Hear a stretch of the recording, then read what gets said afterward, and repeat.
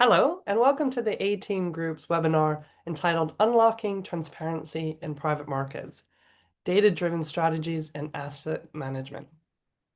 My name is Joy McKnight. I'm an editorial contributor at the A-Team Group and will be moderating the webinar today. Before we start our discussion, here are a few upcoming A-Team Insight publication and events that might be of interest to you. The 13th edition of the Regulatory Data Handbook, which includes analysis of DORA's Go Live, the EU AML package, and the EU AI Act is now live. On November 5th, we are hosting a webinar entitled Navigating a Complex World, Best Data Practices in Sanction Screening. And the Data Management Summit London will be held in person on March 26th. So scroll down to the bottom of this page for more information and to sign up right away. Back to today's topic on solving data transparency challenges in private markets. Our expert panel consists of Åsa Bergstedt, Senior Sustainability and ESG Advisor, Rupert Davies, Fractional ESG Director, ESG Sum, and Nicholas Wood, Enterprise Data Management Product Manager at RIMES. I will ask all the speakers to introduce themselves in just a moment. But first, some information on how you can take part in today's webinar. To the right of the video, see a Slido box for questions and polls. We'll be running 3 polls during the webinar, so please vote and help us to gauge industry opinion. And I'll remind you when the polls are coming up. If you would like to ask the experts any questions, we will take questions from the audience throughout the webinar, so please feel free to add yours to the Slido box under the Questions tab. So let me introduce, or invite our speakers to introduce themselves, actually, and I'll start with Åsa. Hello, everyone. Very nice to be here. My name is Åsa. I have over 15 years of experience working with sustainability, mainly as head of sustainability or chief sustainability officer within the financial sector since 2014 with the sustainable finance agenda. Today, I am a sustainability advisor, and I think the panel will complement each other really well. My job is very much to work with executive managements and boards to make sure that we do this in practice all the way throughout the organization. Excellent. Thank you so much. And Rupert? Hi, I'm Rupert Davis. I'm a fractional ESG director. I've spent a little over a decade working in sustainable finance on the buy side. I set ESG Sum up in 2023 to effectively provide on-demand ESG expertise. And with that, we have strategic partnerships with various data companies and AI as well. So data in the private space is something that we're really focused on at the moment. So great to be here with the other panelists. Excellent. Thank you so much. And Nicholas? Cool. Hi, I'm Nick Wood. I'm part of the product management team here at RIMES. I've been in the fintech space for coming up to 10 years now. Excellent. All right. So allocations to private assets are increasing due to a combination of factors, including the search for higher returns and diversification. This is leading to a rise in private equity, credit, and infrastructure investments. According to a survey by Aviva Investors published in February, 73% of institutional investors expect private markets to outperform public markets over the next 5 years, and over half, about 51%, plan to increase allocations over the next 2 years. However, managing private markets data presents specific challenges due to the lack of transparency, the disparate sources, and lack of standardization. So unreliable data will create these inefficiencies, data gaps, and blind spots in portfolio management. So in this webinar, we'll explore the trends, the risks, and innovations shaping private capital investment. We'll also discuss how organizations can better manage and integrate private market data alongside public assets to support investment decision-making, regulatory compliance, and performance attribution. So let's kick off the webinar with the first audience poll to get everyone warmed up. Again, I encourage the audience to ask questions via Slido throughout the discussion as we go along. So let's bring up the first poll question, which is, what is your firm's biggest data challenges when it comes to managing private market data?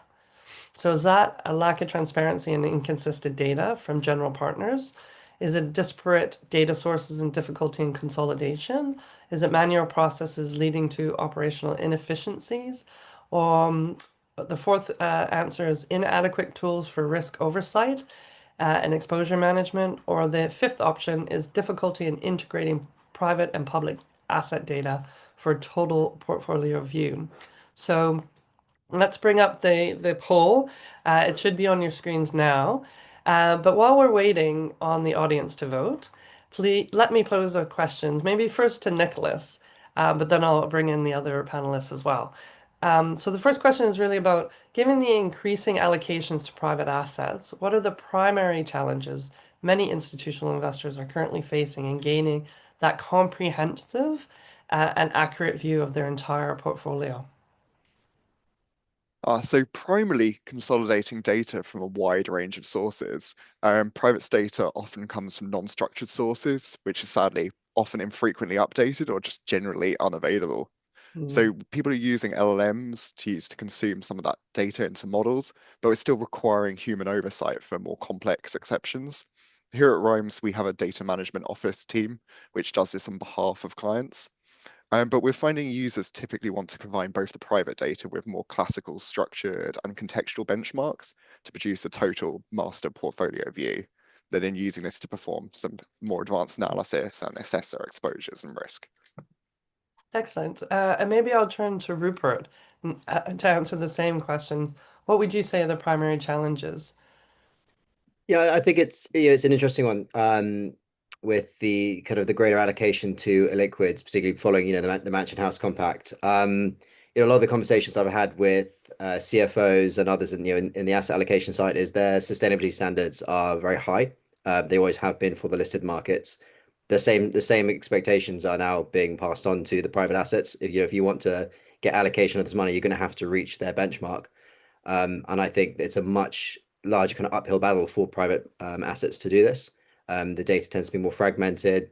There's a little bit more missing kind of data. They don't necessarily have the benefits that listed assets do in terms of wider use of benchmarks and everything else. So it is a unique challenge for them.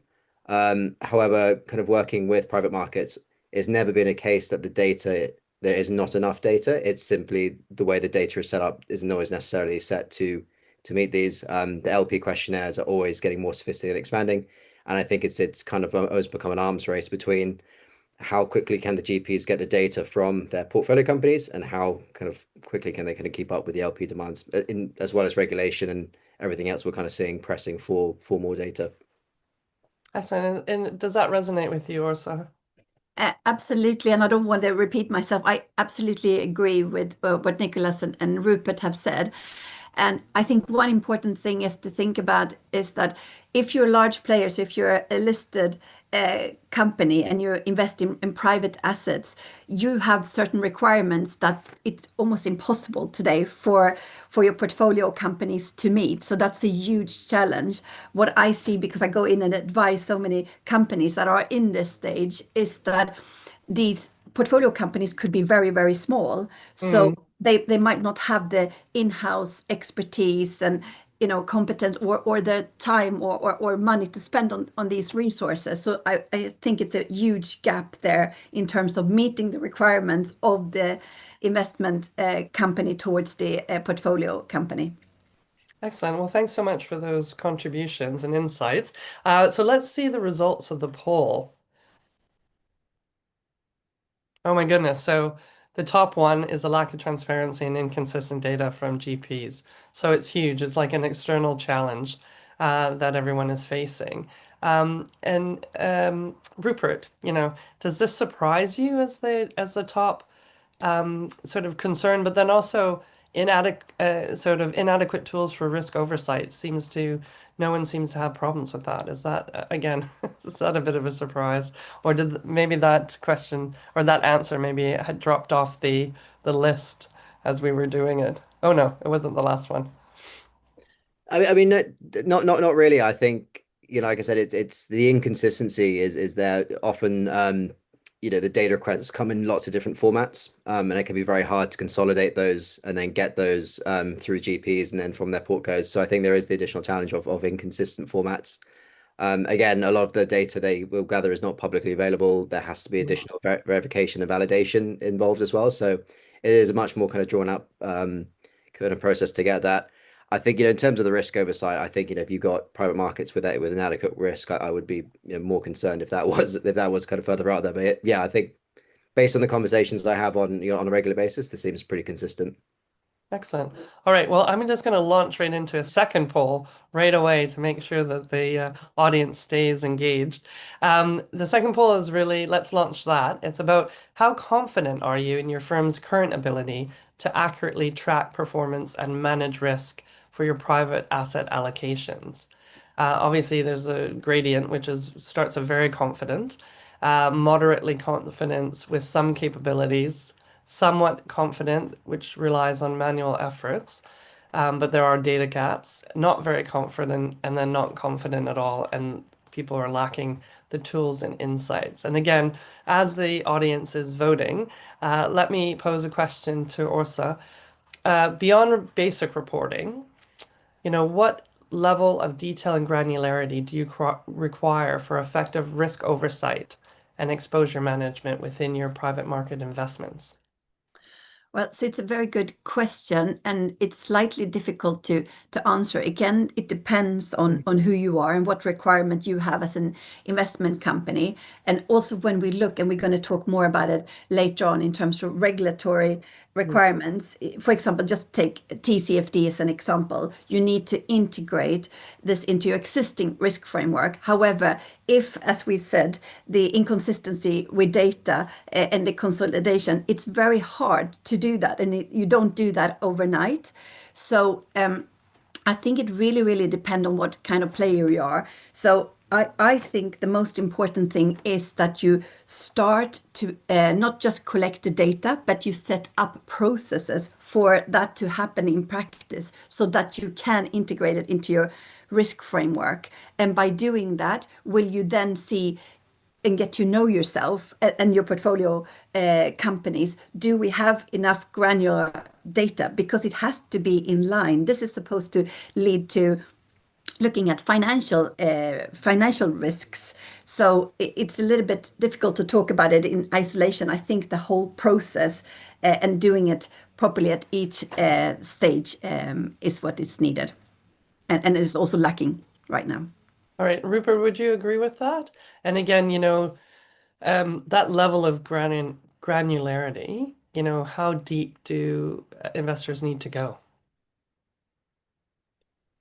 I think, if you're dealing with companies that have, supply chains that go into, various parts of the regions, emerging markets, I think granularity is really important. It's all about anticipating risk from across the investment life cycle, and then you have to have the data along to kind of do that, and as well pricing in like what do these risks mean in terms of operational cost, in terms of reputational cost, loss of opportunity as well. If you were to suddenly get flagged for an ESG controversy, what kind of future revenue would be impacted? And I think that's really hard to price in.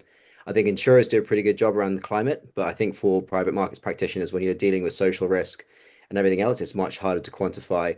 So the granular detail does kind of help with that. I can appreciate, we are moving away from top-down reporting to bottom-up intelligence, and I think that will bring additional challenges. But I think, the advice I'd give people who are looking at this is start with at least one or two consistent metrics. I think that's really important. It's better to have one or two reliable metrics than just a patchwork of estimates, and kind of start kind of from there, and then you can build up that picture from the bottom up as well. So yeah, no, it's really important to know kind of at the fund level what lies beneath, and it could be anything from carbon intensity to governance. There's a plethora of ESG metrics. I think so it's picking the reliable ones, and also how do you link those to actual financial metrics as well and the risk. And I think that's where ESG has gotten it wrong over the last 10 years. It's always focused on simply the EES and the G. It's never necessarily always been naturally tied into the financial kind of stuff as well. And I think that's something that is changing. Okay, Nicholas, I see you nodding a lot. No, yeah, completely agree with Rupert. And also on this, we're finding people want to get this data as granular as possible and make as many cuts, like down to fund sector, strategy, cap size, and so on. And just drilling through as much as their fund and fund view as possible. Interestingly, in the last 12 months, we found, particularly in the private area, there's much more demand for this granular data as opposed to things like public equities. And kind of just interesting to what you said, Rupert, we're finding it's particularly around the environment and climate change factors. Rupert, do you want to come back on that? Yeah, I mean, metrics have always been the easiest ones to quantify. You've got emissions data and numerical values. I think when you're doing like kind of financial audit, having comparing numbers with numbers always makes more sense. I think social's always been a little more difficult. I think if you want to start with that's great. It's a great place to start. There's plenty of data, and also if you're modeling, right? If you don't have direct access to the data, maybe it's early stage, maybe it's VCs. There are lots of small mid-cap listed companies you can benchmark and compare across. And that's why I say, pick those reliable ones. To Nick's point, climate's a great place to start. It does have, both direct impact on the short term and also the kind of the longer term as well. So yeah, it's also one that's applicable across all asset classes, not just private equity, private credit. Obviously, it's quite big for real assets as well. Excellent. All right, brilliant. All right, so let's see the results of the second poll. All right, so somewhat confident, which is pretty good. It's sort of in the middle of the road. Nicholas, does this result tally with your experience in the market? No, that fairly aligns with what we've been speaking within the market. It's people are having a huge amount of manual effort to kind of join their data together and have an accurate understanding of what they're holding and all their different exposures. Excellent. And obviously there's, moderately confident is pretty good. And not confident at all is like no one picked that, which is really impressive. But and again, Nicholas, I'm wondering do you think people are sort of overly optimistic when it comes to tracking performance and managing risk? I think it varies. It's always going to be a challenge when you can see a report and there's a 3-month delay before you can actually access that data. So there's always a risk of being overconfident. Excuse the pun. But no, I feel like people in this business, you have to have a fairly good, accurate view of what you're actually holding and your risk. Excellent. All right, brilliant. So we'll move on to the next question that I have. And also, I was going to maybe pose this one to you first, which is how are firms currently addressing the issue of fragmented data sources and the lack of standardization when trying to integrate that private and public market information? Obviously from your position, you're talking to a lot of different companies across the market. So be interesting to get your view.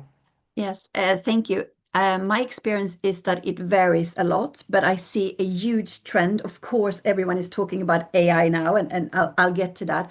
But I see a big trend now where companies are moving away from outsourcing, where you have an external party that actually owns the platform. And what I mean by that is that they are in control of the data. You have very limited control, even if it says in the contract that you own your own data. So you're limited in terms of how, if you can ask new questions, if you can ask different questions as you get to know your data. So I see a big trend, companies moving away from that, and I'm really positive about that. And they're moving towards AI. However, here I would like to point something out. I think AI, and I spoke to Rupert a few weeks ago, what they're working with, I think that's absolutely amazing. And that can replace a lot of the work. However, it's not going to replace people completely. So we need to get the AI, but then I see a big trend, and these ones are very, very few that are best in class, that they actually make sure that they have human beings that are consolidating, checking this, and then the absolute best in class, they have a number of people that work with the portfolio companies. So they, the largest private equity companies that I know that are best in class, I'm not going to mention a name, but they literally have someone going 2 days every 6 months to work with the portfolio companies so that they understand what it is that they're gathering, to make sure it gets into the governance processes. And so I see a huge trend in moving away from outsourcing completely, where someone is controlling your data and the questions that you can ask, to outsourcing in terms of AI expertise, and then it's unlimited of what data you can collect, and it's real time data, which is we can see that today it's not real-time data. It's not in the half-year reports, or very few companies have. So I'm super positive. We're not there, and there are a few best in class, but I can see a big move towards that. Excellent. And Rupert, do you want to come in? Sure, yeah. So I think, with private markets, they've all kind of always lived with data fragmentation. I don't think it's necessarily a new challenge. I think, where people are kind of looking now, it's never an issue on the quantity of data. I think it's being able to democratize and actually know what you have and integrate that into your insights. And I think, this is where things like AI will come into play. It's relatively focused, it's pretty much focusing on the heavy lifting and the aggregation. I think, the kind of core challenge is data coming in different templates, so different Excels, PDFs. If you've got a portfolio which is across Europe, there'll be potentially different languages as well. So again, I think it's finding a way of actually kind of consolidating all that data and then running an AI to help kind of consolidate it and actually just visualize it. I think that's the key thing. It's the lack of visualization. Once you're able to see what you have, then you can actually make more informed decisions. And it's whether it's working with the deal teams, working with operational teams, or whether you want to set out a roadmap with your portcos. I think that's really important to have. You have to be able to see it to understand it. And I've seen a few interesting AI tools come into play, but yeah, I think we're kind of very early stage yet to see actually what will come through and what will make a significant difference. But I think there are lots of I think there's lots of kind of issues with AI, and I would be hesitant on outsourcing everything. So yeah, I think the trend of bringing everything in house and actually controlling that is it's definitely something I'm kind of encouraged to see. Excellent. And Nicholas, are you seeing the same thing or different? Kind of both agree and disagree. We're finding the end users are consuming a lot of the data in-house and performing their own analysis. But actually, when it comes to joining all the different data sources together, doing that data mapping and actually ensuring it's a consolidated view, they're spending a huge amount of human capital on that. And more clients are actually outsourcing that out to different vendors. But to your points before, we're finding the most successful pattern is when people are combining AI with domain expertise, so the actual knowledge and how to effectively utilize that data. Excellent. All right, brilliant. We're already getting some very good questions in from the audience. I was going to maybe pose this one now. It doesn't exactly have to do with the question I just posed, but I think it's quite interesting because they're talking about sort of the different frameworks. So the TCFD versus the FRDR. And the question is, I understand that the SFDR is mandatory and the TCFD is voluntary disclosure. How do we typically separate the risk data into these individual frameworks to meet the requirements, as the sources are often the same? Does anyone can anyone address that? Or so I'm happy to start. Yeah. I'm happy to start. I'm a total nerd when it comes to reporting. That's where I started my career. So I think if you have someone good, they should be able to there's so many overlaps in TCFD, SFDR. Yes, if you're an SFDR, if you're an Article 8 or 9, and we don't need to go into the details, that's something that you decide to have a fund that is Article 8 or 9. So yes, you make that decision and then it's mandatory. TCFD is still mandatory for many companies in the UK already. So it's not something that you can choose. Even if it's not directly mandated for the portfolio companies, if the investment companies are required to do it, they will indirectly have to do it.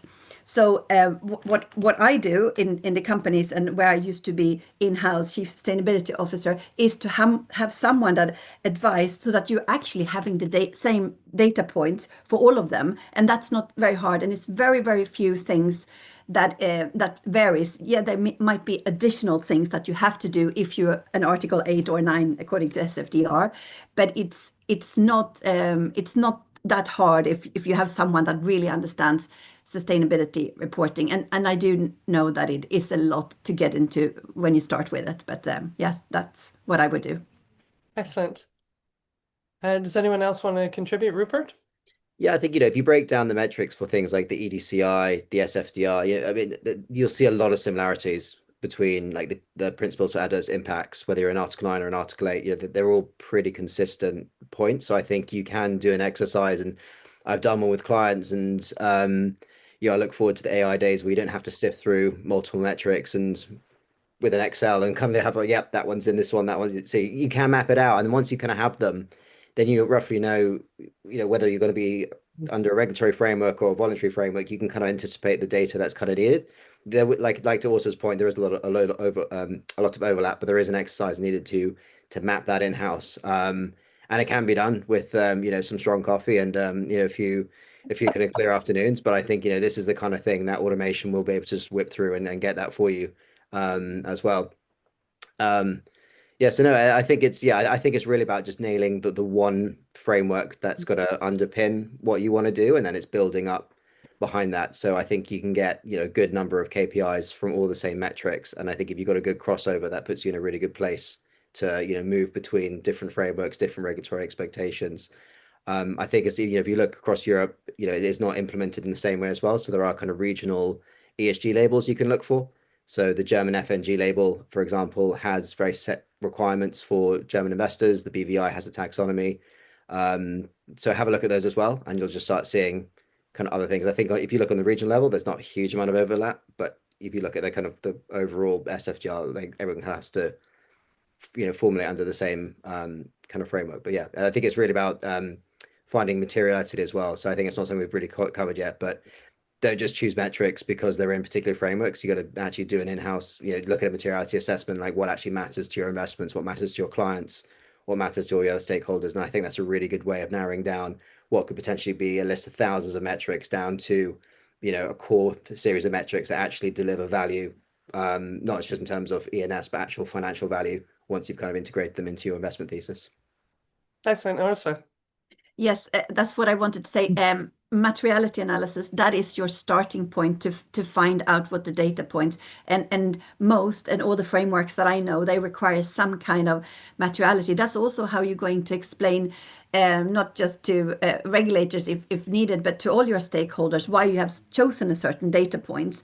And that means that you can narrow it down to, it doesn't have to be that many data points, but by looking at all the data points, and if you haven't done materiality, it's not going to be easy. So the starting point is always to do a materiality analysis. So even if you don't want to do a double materiality, which is both financial and impact, you would have to do impact, for example, if you're CSRD or if you're an Article 9, you really want to talk about impact, but you can still do a basic materiality analysis, and that has also come out for small and medium-sized enterprises. So that's really the starting point to get to the data points.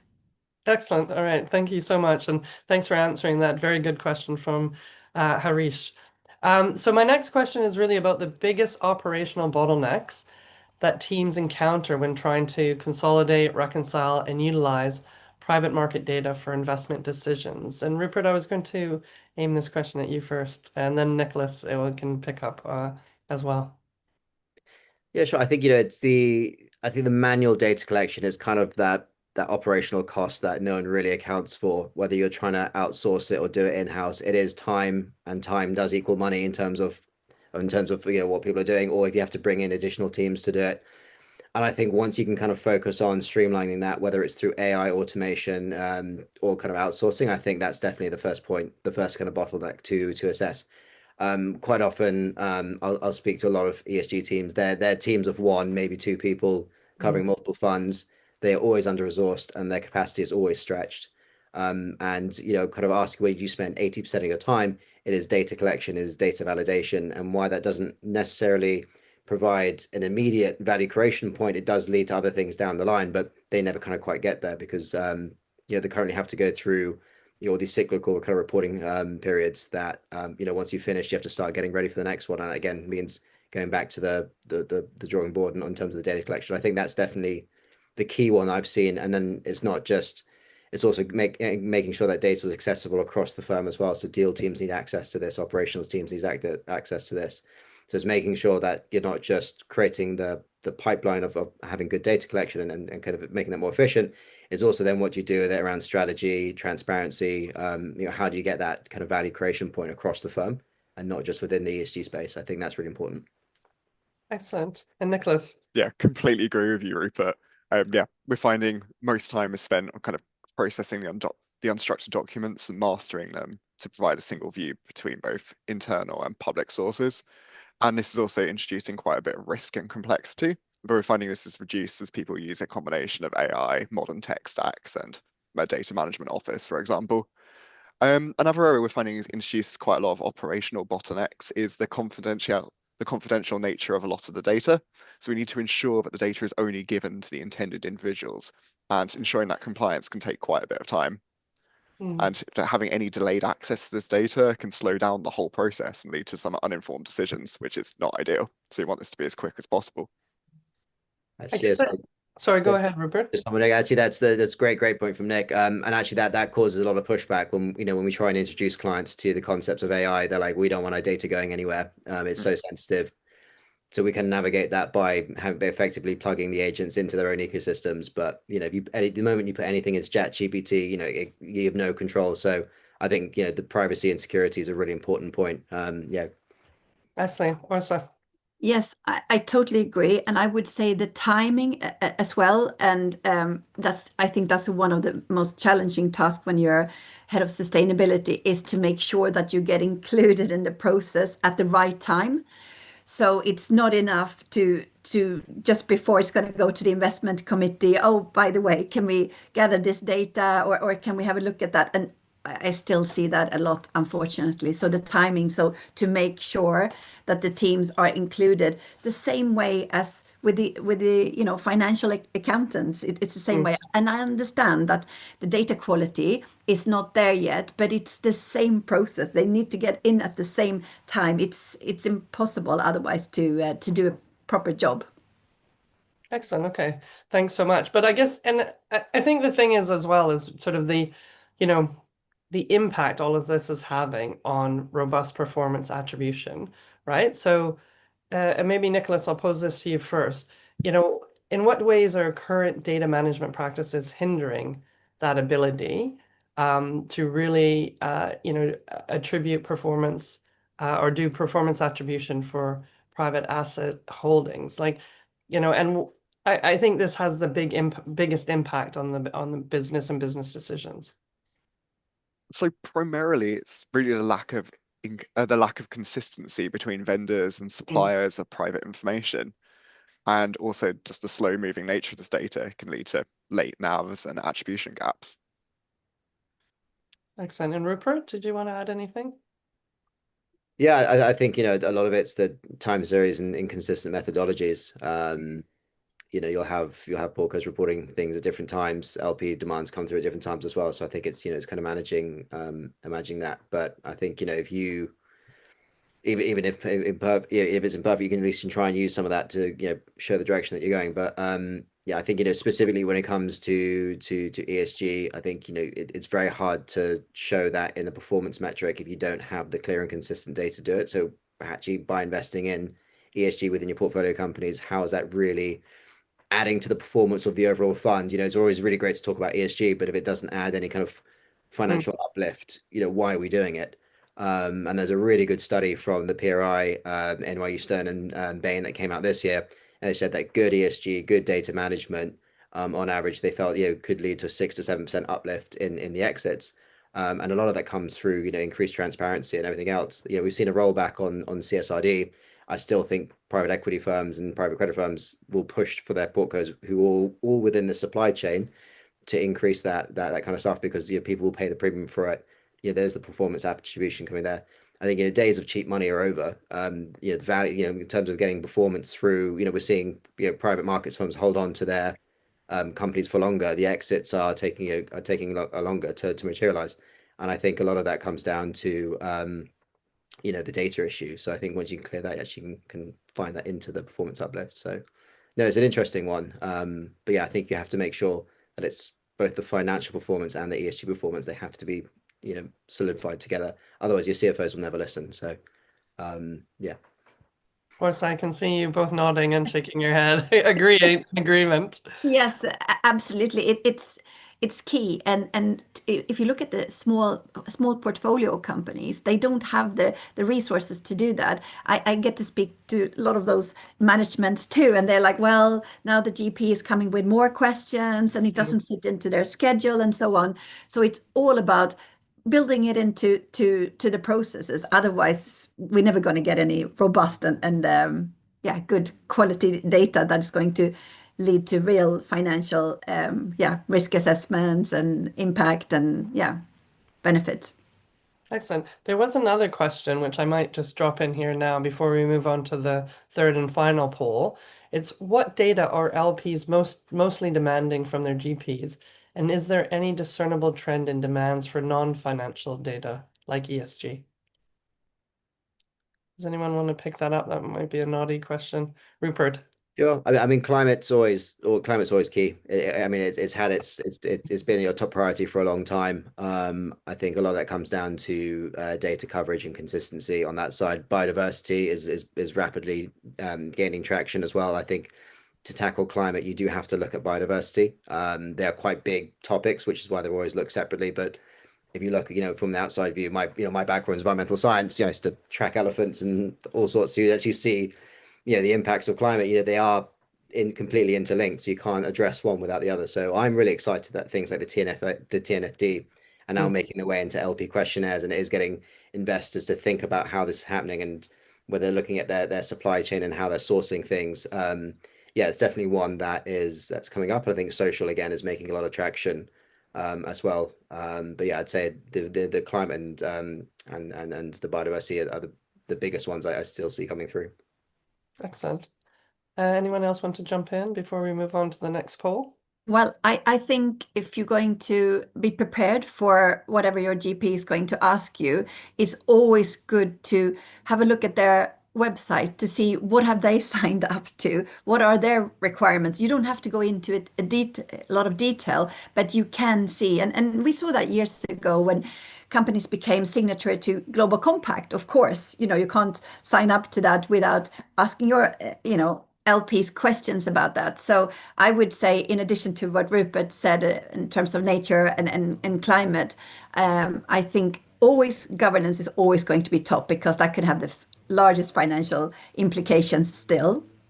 Tax, anti-corruption, and so on. But look at, and then you're very much prepared. And then again, you can prepare yourself for getting to know yourself, starting to collect that data even before they're asking it.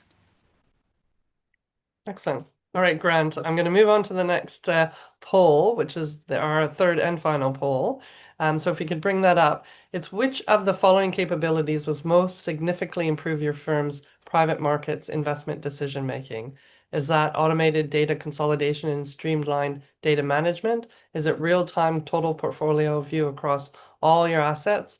Is it a detailed look-through and ownership analysis for exposure management? Or reliable historical reporting and data mastering? Or is it, the fifth option, is access to comprehensive private market benchmarks and data repositories?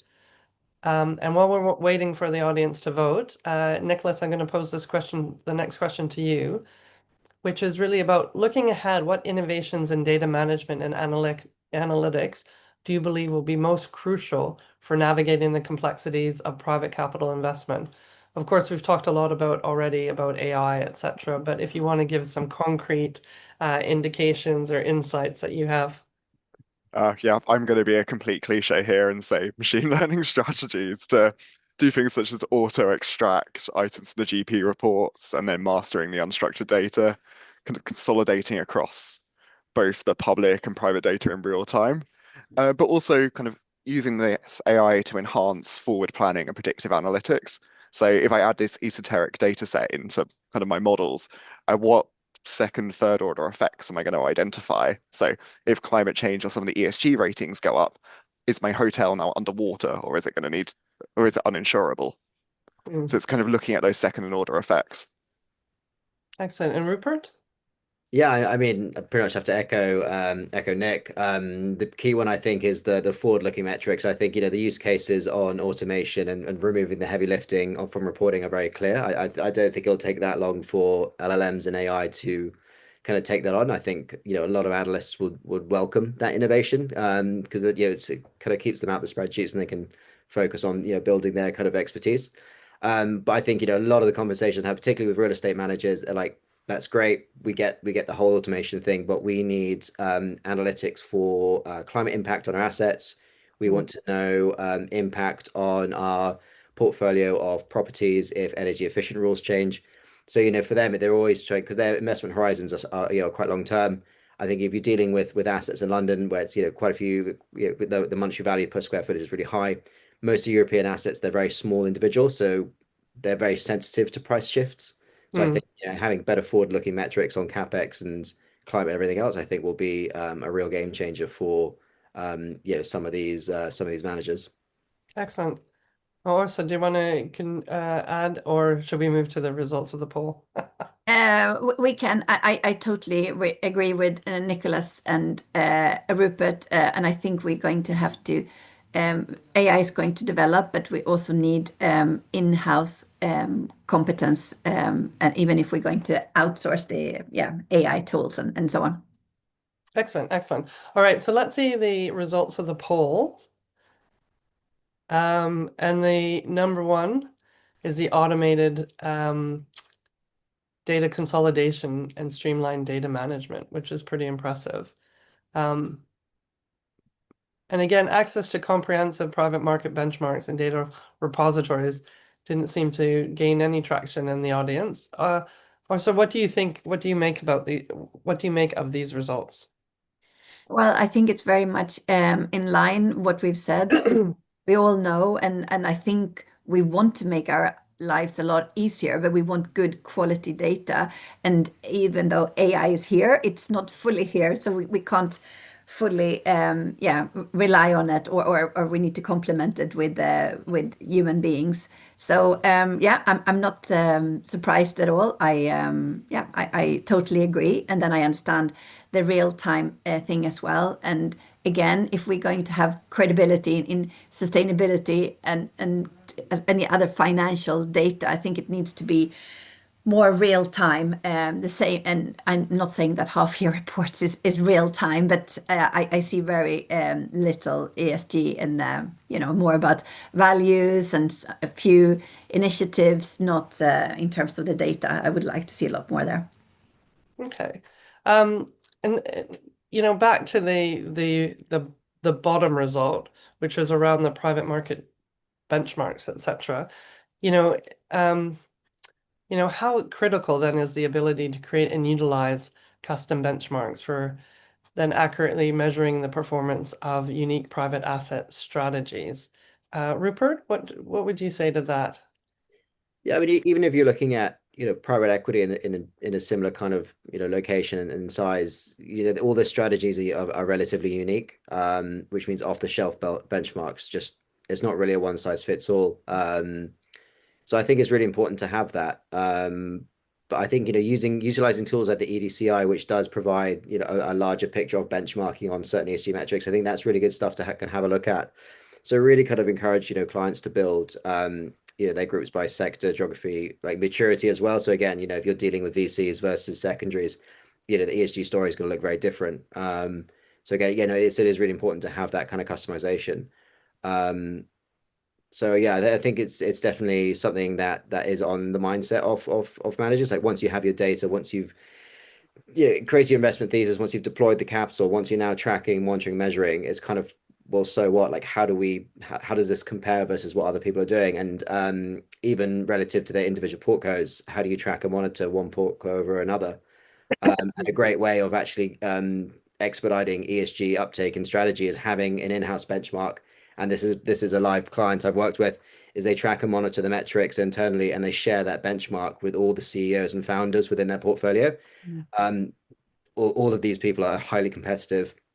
Nobody likes to come under, so they, you know, if they can see how they're doing internally, they do tend to it does have quite a positive you know, competitive edge when everyone wants to try and get to the top of the table, and it's a great way of kind of using the natural competitive nature of founders to get the ESG, you know, into the portcos kind of faster. So even looking at something kind of relatively that size in-house, It's important if you want to do kind of benchmarking performance for fundraising. Yeah, you have to have a customization fit. There's no point comparing you against listed indexes. They're just not really suitable.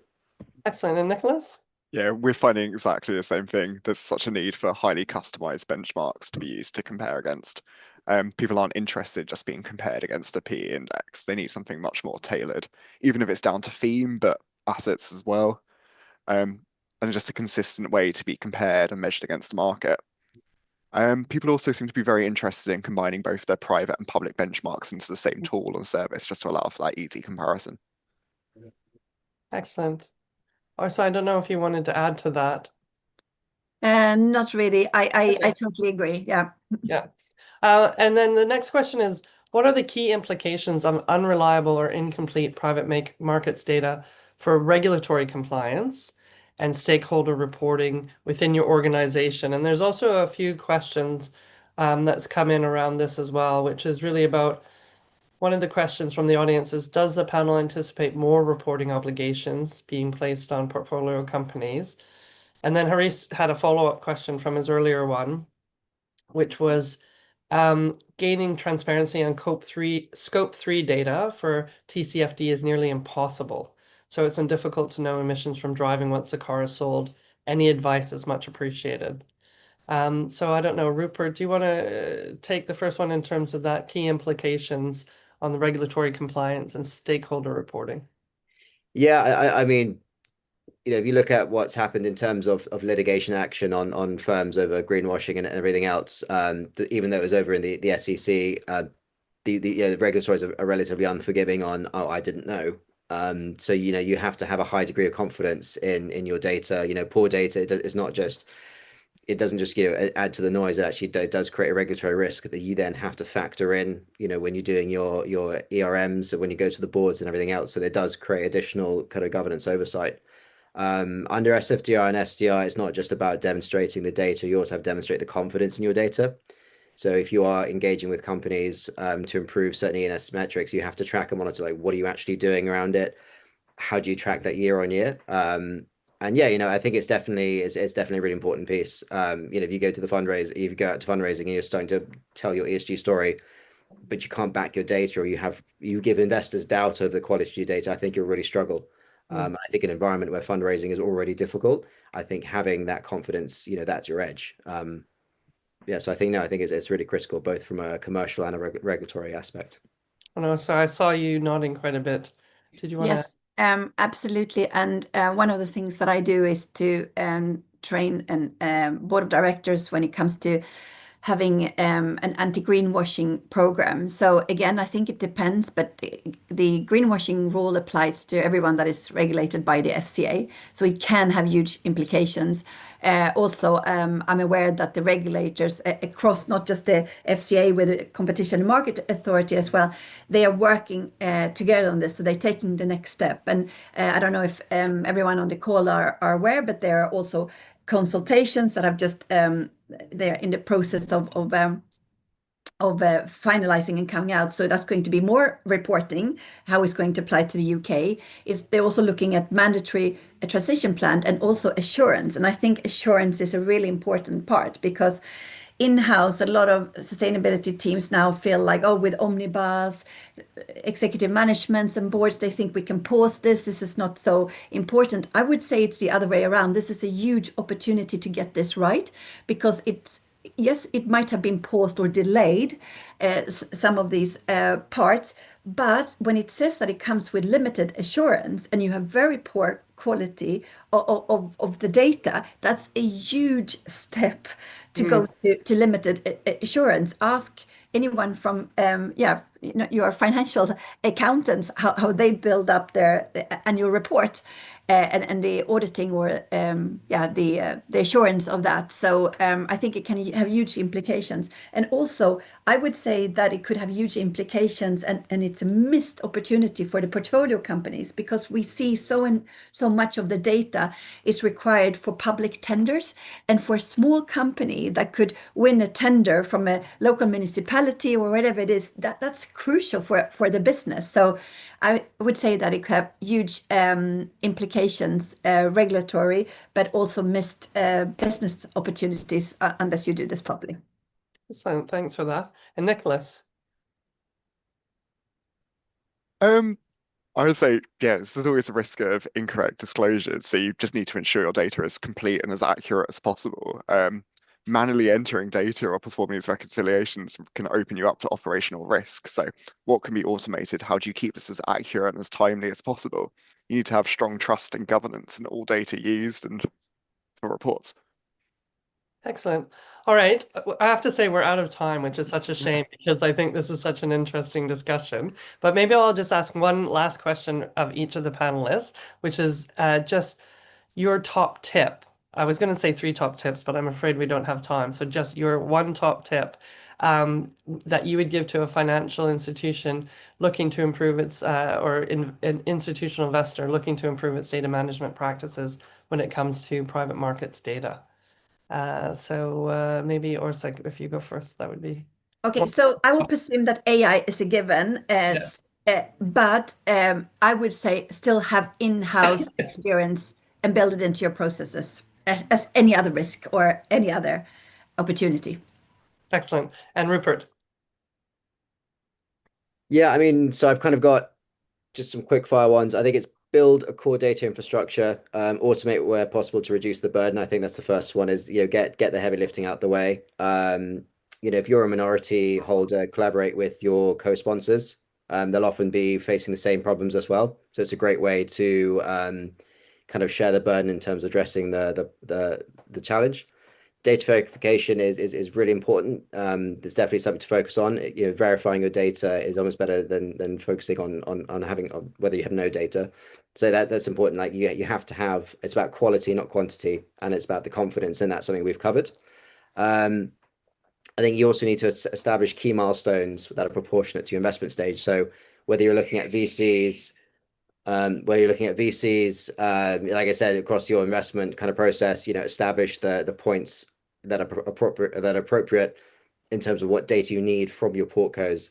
And obviously you're there to bridge that gap between the LPs, work with your CFOs. It is a two-way kind of conversation. Don't just just kind of sideline them with a massive list of data points that you've requested with zero context. I think that's really important. So actually working with them. And again, just try and upskill, not just in-house, but also within in-house in your portcos as well. And that will create a better kind of supply chain of data from LP down and back up as well. And again, just, there are all sorts of things you can do. Capital days for your portcos, get them in, get them talking. I think, the stakeholder communication is a really great way of addressing data challenges. And that's something I've seen time and time again be very successful within private markets. Excellent. And Nicholas, you get the last word. I would say embrace new technology where possible to consolidate between your public and private data to get those single views. As Rupert and also both said, automate where possible, and AI is best paired with expert knowledge. Don't let it go rogue. All right, brilliant. Thank you so much, Rupert, Ase, Nicholas, for your insights, and many thanks to our sponsor, Rhymes. Another upcoming event is the RegTech Summit London, which is happening tomorrow on October 16th. So registration is closing very soon, I mean really immediately. So this is your last chance to sign up. A final thank you to our impressive speakers. Please complete your feedback form, as we're always keen to hear your views and improve our products. And thanks so much for joining us for this informative webinar on unlocking transparency in private markets. Thank you very much. Thank you.